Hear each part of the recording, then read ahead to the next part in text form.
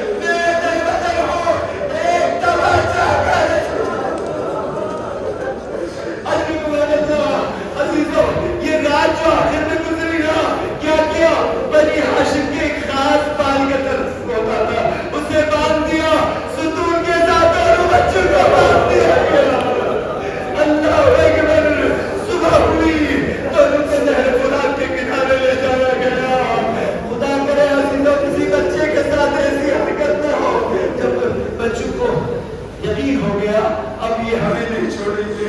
میرے جوانوں میں میسج دینا چاہتا ہوں, ان بچوں نے ہمیں ایک میسج دیا, آخر میں کہا کہ تم نے ہمیں تنظیم کرنا ہے تو 2 رکعت نماز کی اجازت دے دے.